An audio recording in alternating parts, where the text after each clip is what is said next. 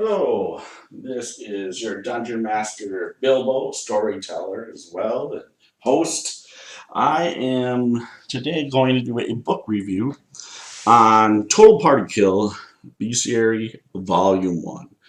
Monsters to Challenge Your Veteran Heroes. This is by C2Gaming. I backed this well, I won't go in a sense. I backed on Kickstarter. I don't remember in a sense time-wise, but seemed to come out in a relatively good amount of time. So I'll just go ahead and give you a review of this book from what I've reviewed. I'm not going to give too many spoilers away, as I will love to use this against my players. I have veteran players. I will say this, this book is to challenge your players. These monsters are set up where they're very tough. Some of them are extremely deadly. And I would go with, in a sense, if you have a veteran group of players that work well together, they know the game well and mechanics, they're good at with plans and plotting against your enemy.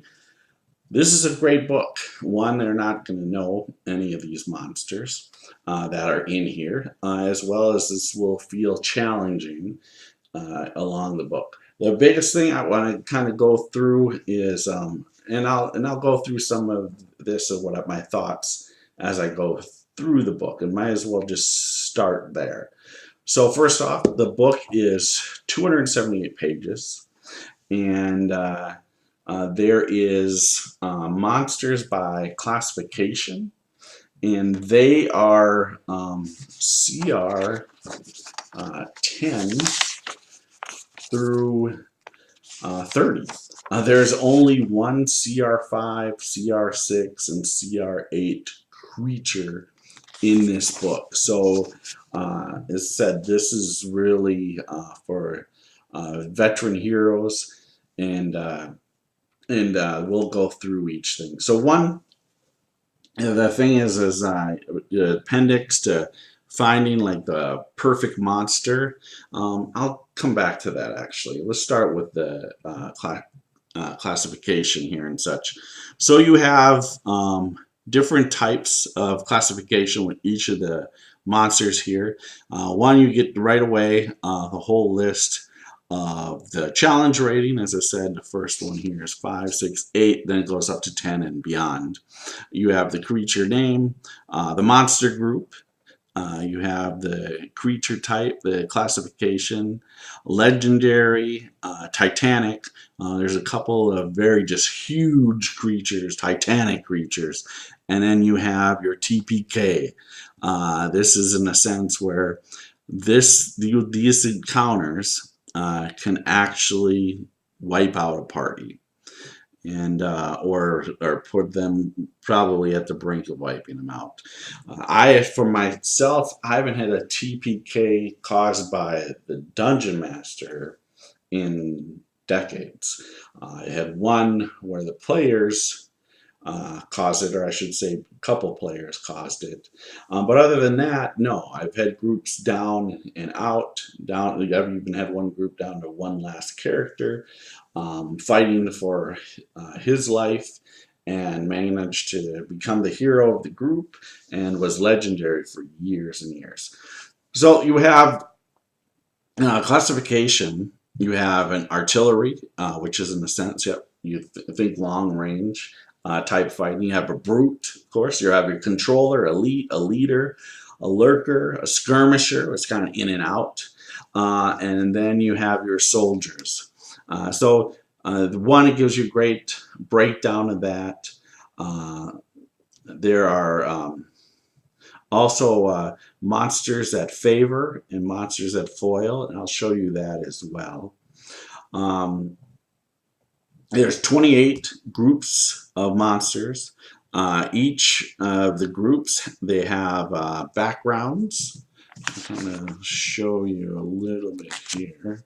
Here's some of the artwork, and I'll talk about that as well. So you have your backgrounds, you have your lore, you have your ecology, tactics, plot hooks, treasure, and some have special notes, which are entertaining to read. They'll go into basically like the NPCs version of what their experience or how they are, kind of like Volo's Guide does with it. Volo's Guide to Monsters goes has that kind of flair here. Here's some of the artwork, the birds of prey. Uh, and with the artwork, I would say that's the one thing I think is lacking in the book is the artwork. However, I mean they're upfront about they spent a great amount of time on building these encounters, and so I will forego the artwork. I didn't buy the book for the artwork. I bought the book for these challenging encounters to use for my group. And and so we have quite a few different groups in here. There's dragons, and this is one I'm going to share a little bit more. The other creatures I won't go into much detail, as I don't want my players will watch these videos, they watch my YouTube channel, and if I go into too many details on some of the monsters, some I'm not even going to talk about, of course. In fact, quite a few of them I'm not going to talk about. But here's a dragon. So they have some dragons, they have some drakes in here, they have some greater lichers, they have Rashaka, they have Valkyrie. So those are just some of the things and that I will probably use. And there's quite a few other things in here that I'm going to use. I'm not even going to talk about. So we got here with the brown dragon.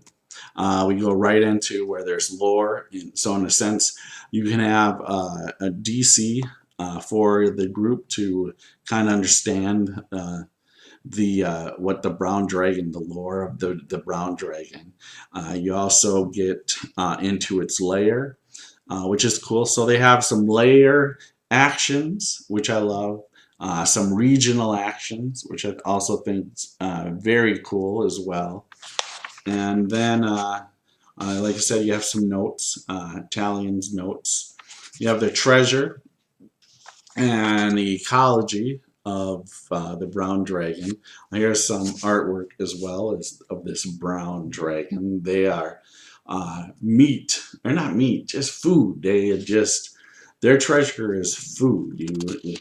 If one of these dragons are in your land, you're probably serving them a ton of food, so he or she doesn't come down and eat all the villagers.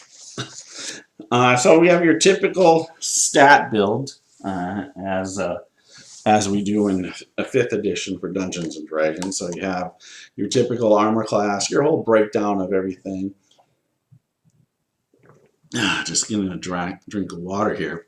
But the great thing is, this is what I really like as well, is you have all the way through your wormling, your young, you have your adult, and each one of them has different plot hooks as well as tactics. If you're looking for that, there's demons in here as well, which I like a lot in the sense where they go in a sense of tactics. Whereas as a dungeon master, a lot of times if you don't have a lot of prep time, you get busy, you have the encounter all set, and then you're like, oh, I didn't write down tactics. I didn't write down what the creature is going to do. This book actually breaks that down for a few rounds of combat.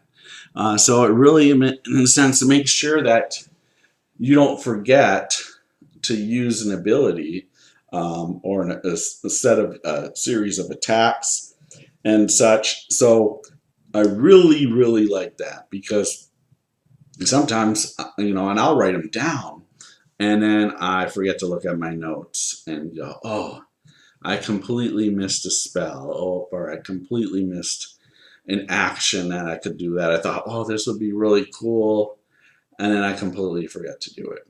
So this kind of even helps you, and if you have that struggle where you're not sure, if you're say not an experienced dungeon master, and I would preface that this book probably be used by more experienced dungeon masters because these creatures in here, the way they're set up, they can really kill a party. And I'm not for one of killing parties. I don't look to do that. I look to challenge my parties and make them remember epic fights that they are in. They enjoy that a lot more than, we have to kill 10 orcs or we have to kill 10 goblins here. Oh, big deal, right?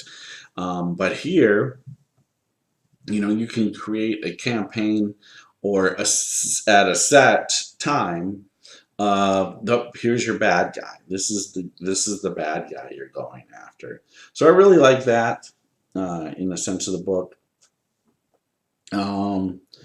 Just in a sense of kind of going through a little bit more. Just gonna show some more artwork. Just because I know people like to see some. Here's a Hammer Angels. You have Imperial Dragons, which is pretty cool. And let's see here. The Valkyrie. It's really cool. Once again, like I said, every creature is laid out with the whole the backgrounds, the lore, ecology, tactics, plot hooks, treasure, and it's not like, oh, this thing has 50 gold and whatever. No, it actually gives you very cool, unique things of treasure for the brown dragons. How it consumes its foods and what becomes treasure afterwards. If you can figure that out. So then we have a really nice appendix here that breaks down what you're looking for in the sense of monsters by classification. So when I was talking about artillery, so if you want a longer range encounter, your brutes, your controllers, which is really cool that you do this. So it gives you an idea. You have your leaders, and so on. You also, let me get to this other part of the appendix that I thought was really cool.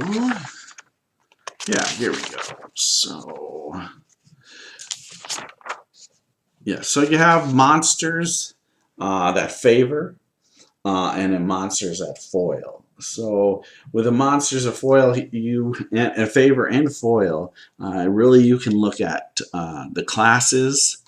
So here, in a sense, fighters. That this creature would favor fighters in a fight. You have also, in a sense, you have your monks over here. But the really cool thing too is some of it is even skill based. So one, yep, this favors somebody with where they have high hit points and such, charisma, constitution, so different scores.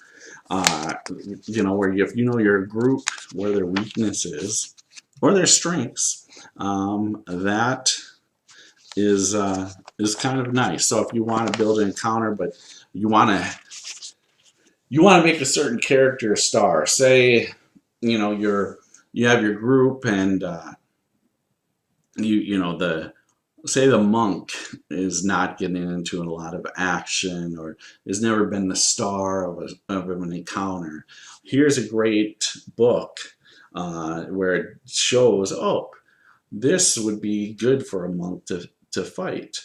And also, in a sense, here's monsters that foil. So if you you have some ranger that's just kick butt and is always successful, you can throw one of these creatures in the game and make it tough, make it challenging for the rangers.